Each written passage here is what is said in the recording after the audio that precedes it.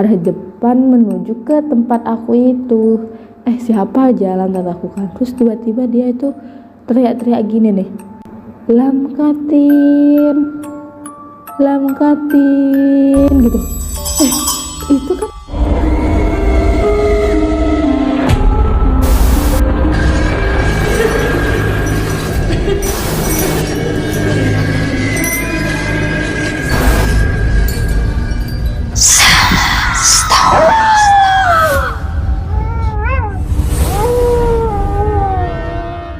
Halo, assalamualaikum sobat RTV.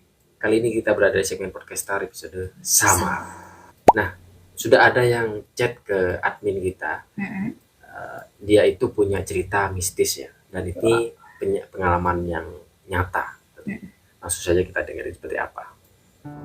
Hai, kenalin aku Tasya, mau berbagi cerita terkait pengalaman selama tinggal di rumah yang bisa dibilang lumayan angker. Jadi kali ini aku mau cerita ke kalian tentang hal-hal apa yang sering aku alamin di rumah itu yang bisa dibilang horor. Tapi untuk kali ini ceritanya dibagi antara versi yang aku alamin sama yang dialamin sama keluarga aku juga, kayak ayah, mama, dan adik. Di sini aku mau bagi 2 sesi. Jadi di sesi yang pertama ini lebih ke pengalaman pribadi aku. Sebenarnya rumah itu udah aku tinggalin sejak aku masih kecil sampai saat ini. Yang bisa dibilang itu peninggalan dari nenek gitu. Jadi kayak rumah tetua-tetua yang ada di situ sampai akhirnya ada di generasi yang sekarang ini aku sama keluarga. Nah, untuk lokasinya ini ada di wilayah Madura yang belum bisa aku jelasin detail alamatnya di mana. Dan untuk spesifikasinya juga, jadi rumah aku ini kalau dari cerita juju aku itu dulu sempet jadi rumah yang daerah untuk pembantaian orang-orang jajahannya Belanda gitu. Jadi di pojok belakang rumah aku itu ada tempat khusus bagi pembantaian mayat-mayat orang yang nggak patuh sama perintah atasannya Belanda gitu. Sebenarnya lumayan jauh, tapi di daerah itu udah langsung gabung sama rumah aku gitu. Kayak misalnya nih ada mayat yang digantung gitu sama pihak Belanda, karena kan dulu penyiksaannya tuh bisa dibilang lumayan kejam gitu ya, dibunuh, ditembak. Nah itu disatuin di satu tempat yang ada di belakang rumah aku itu gitu, di bagian pojok. Nah otomatis di situ muncullah beberapa hal mistis yang bisa dibilang sampai juga tuh ke rumah aku gitu kan. Nah terus juga untuk lokasinya, zaman dulu itu di depan rumah aku banyak dilewati sama tank-tank, mobil tanknya Belanda. Terus banyak tentara-tentara Belanda gitu berbaris sambil megang pistol. Tuh lewatnya di depan rumah aku itu gitu.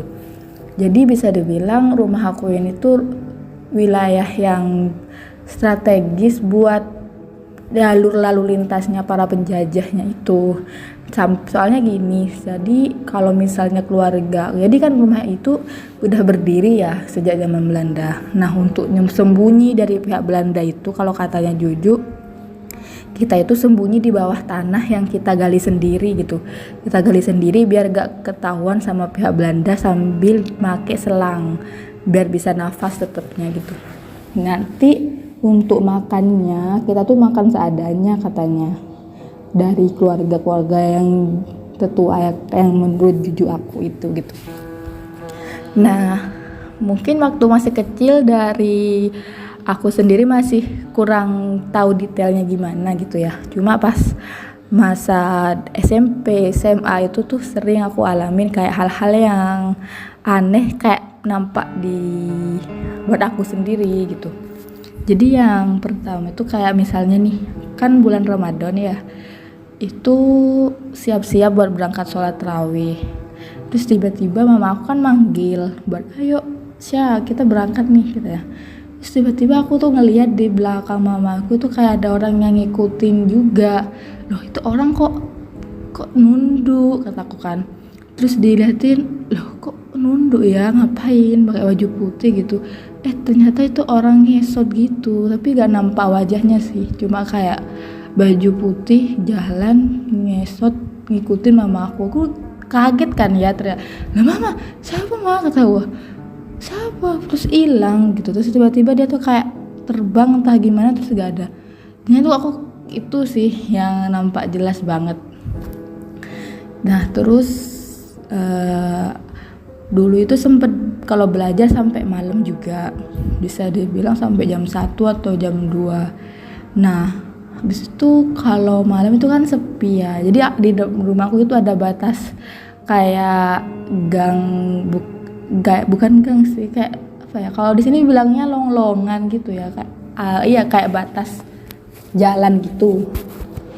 Nah itu tuh tiba-tiba ada banyak banget suara bebek jalan gitu. Bebeknya siapa ya kan jalan gitu malam-malam. Terus habis itu bunyinya tuh jelas banget di telinga aku. Terus pas bilang ke ayah tuh katanya itu kayak sebangsa makhluk halus gitu, tapi berwujud hewan gitu. Terus kalau mau dilihat itu katanya bukan wujud bebek tapi roh halus gitu. Jadi untungnya aja gak sempet lihat sih. Itu hampir tiap malam Jumat itu bebeknya itu ada. Soalnya sama aku sendiri kayak diinget-inget gitu, bakal lewat gak ya. Itu memang tiap malam. Terus selang beberapa minggu setelahnya itu udah gak ada lagi gitu. Nah terus juga di dapur, di bagian dapur itu dulu kan gelap ya, maksudnya lampunya masih remang-remang gitu. Kalau masak itu di dapur aku sama mama, sama kebetulan waktu itu ada sepupu juga sih, masak bareng-bareng. Terus habis itu memang waktu itu posisinya lagi rame banget tuh ya di dapur, heboh gitu. Nah habis itu dimatiin lampu dapur karena kita udah selesai beberes masak dan lain-lain, udah selesai, terus mau ninggalin dapur. Tiba-tiba kan lampu dimatiin nih, ada suara gini, sampai kayak bahasa Maduranya gini, boh mak pakai lampu nah. Nah itu artinya kayak gini, dia tuh artinya gini bilangnya, loh kok dimatiin lampunya. Nadanya itu kayak orang marah gitu loh. Jadi gini nih, loh kok dimatiin lampunya. Aku kalau ingat itu ya, itu suara yang paling jelas yang semuanya waktu itu sempet denger sih. Kaget lah ya kita, itu cowok suaranya, siapa dong yang bilang kayak gitu. Terus dilihat di jendela juga gak ada orang. Udahlah itu kita udah panik, terus langsung lari semuanya ke ruang tengah, ruang tamu gitu. Itu kayak jelas banget gitu suaranya kedengeran.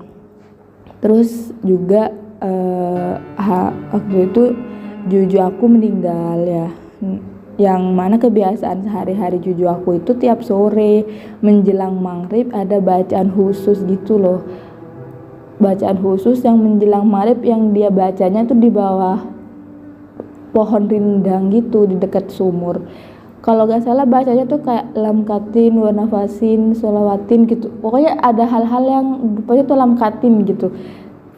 Nah itu hampir tiap hari dibaca sama Juju aku tiap sore menjelang maghrib sampai Juju aku meninggal. Itu kan otomatis udah gak ada yang baca bacaan itu lagi gitu ya, udah gak ada yang baca itu di menjelang maghrib.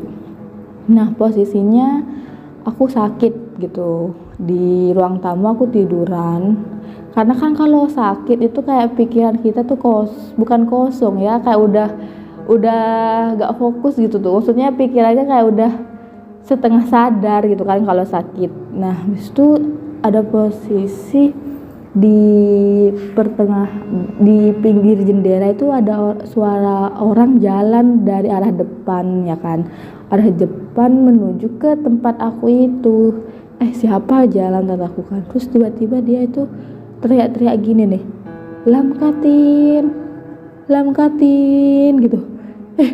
Itu kan kayak yang pertama aku ingat itu kan bacaannya Juju aku yang pas dulu, siapa dong bacaan gitu, kayak ada orang nyari gitu tuh, kayak ada orang nyari. Kalau yang dari setangkepku ya, kenapa kok gak ada orang yang baca itu lagi gitu.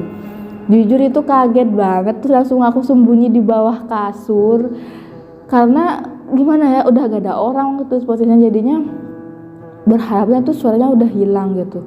Terus tiba-tiba selang hampir kayak sekitar 3 sampai 5 kali suara itu udah hilang gitu. Terus aku tuh cerita ke mama, ya mungkin karena itu ya udah gak ada yang baca surat-surat itu di dekat sumur itu sama Juju gitu. Jadi tapi emang udah gak dilanjut juga sih bacaan-bacaan itu. Nah terus pas waktu mau kuliah nih, jadi kan kuliah waktu itu kebetulan di luar Jawa, udah lama gak pulang sampai akhirnya pulang lagi ke rumah itu gitu. Posisi belajarnya hampir sama kayak sebelumnya, jadi aku tuh belajarnya di deket pintu gitu karena deket sama kipas juga, jadi deket pintu. Belajarnya malam sekitar habis isya, gak terlalu malam sih, sekitar jam 10 apa jam 11 gitu, belum selesai kan ya. Nah aku lagi ngetik laptop tuh, terus tiba-tiba ada galon itu isi air ya, galonnya itu full air, belum kebuka gitu, air galon yang sebotol gede itu. Terus tiba-tiba itu langsung ada yang dorong gitu, kayak didorong sampai ke deket kucret gitu. Kaget kali ya, apaan ini, aku teriak lah ya, manggil mama. Nah habis itu posisi galonnya itu belum pindah gitu. Secara kalau misalnya didorong siapa kan yang dorong, terus kalaupun mau nganggep tikus pun kayaknya nggak bisa deh dorong itu galonnya, soalnya full airnya. Habis itu ya kayak karena mungkin lama nggak pulang kali ya, terus jadinya malah kayak aku tuh sendiri dikira orang baru atau gimana, padahal kan memang udah lama gitu tinggal di rumah itu. Jadi kalau yang cerita dari aku tuh itu sebenarnya kalau yang aku alamin itu gak terlalu sering, tapi pernah nampakin ke aku, terus kayak suara-suaranya juga, hal-hal kayak gitu. Hal yang paling jelasnya itu di ceritanya ayah sih. Jadi ceritanya ada dibagi dua ya. Penasaran banget dengan part 2-nya, tapi kita mau komen dulu nih. Ternyata yang dialami oleh Kak Tasya ini kayaknya banyak banget mistisnya. Jadi bukan penasaran ya, menakutkan, creepy banget. Tapi kalau dilihat dari background rumahnya yang memang basicnya di situ tempat penganiayaan gitu ya, kasarannya kan memang zaman dulu kan siapa sih yang nggak tahu masa-masa zaman Belanda gitu ya kan, di sana emang pertumpahan darah pasti banyak di situ. Jadi wajar ketika memang ada sesuatu yang mungkin masih ada di daerah sana. Lumayan lah, banyak creepy-creepynya yang dialami nih oleh Kak Tasya. Kak Tasya ini termasuk apa? Pemberani. Iya benar, pemberani walaupun diganggu tetap aja bertahan gitu ya. Langsung saja kita lanjut ke part 2. Kita kepo banget. Dari keluarganya ayah datang sholat di situ sampai ketiduran katanya sampai malam. Tiba-tiba dia kakinya diseret kakinya keluar dari musola itu, kaget.